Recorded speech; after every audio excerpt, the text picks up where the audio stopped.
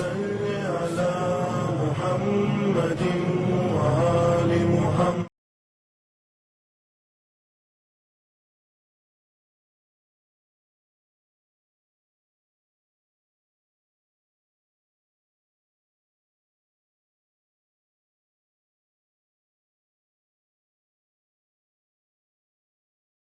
Assalamu alaikum wa rahmatullahi wa barakatuh. Auzu billahi minash shaitanir rajim. Bismillahir rahmanir rahim. Dear viewers,